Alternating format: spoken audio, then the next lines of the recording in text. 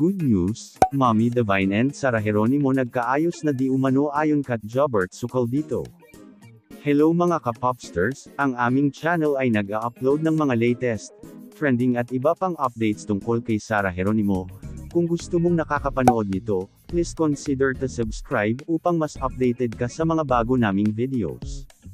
Matagal nang usap-usapan ang isyung between Sarah Geronimo and Mommy Divine. Madaming fans at kaibigan na gustong magkaayos na ang dalawang mag-ina. Kaya ayon sa source na si Jobert Sucaldito ay nagkaayos na daw ang mag-ina. Aniya, may nagsabi lang, and again ang naging tulay din daw ay si Boss Vic Del Rosario.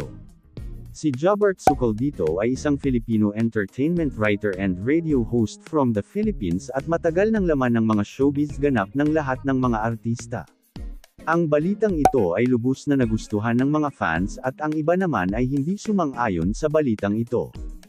Ayon kasi sa ibang fans ni Sarah, kahit hindi na sila magkaayos baka kasi perahan lamang ni Mommy Divine si Idol Sarah o kaya sa malamang wala na itong pera kaya nakipag-ayos sa anak. Ayon sa ibang fans, magandang balita ito kasi mas focus si Sarah sa kanyang career dahil wala na itong iniisip na problem with Mommy Divine. We're so happy for you Idol Sarah.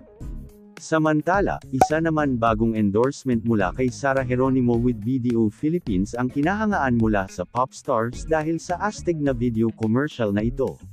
Pinakita ni Sarah ang angas at astig nitong sumayaw habang kumakanta na parang music video. Abangan ang international concert ni Sarah Geronimo mga ka-popsters.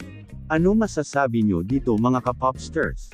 Please hit the like button, share and please consider to subscribe our official YouTube channel para updated ka sa mga latest news tungkol kay Sarah Geronimo.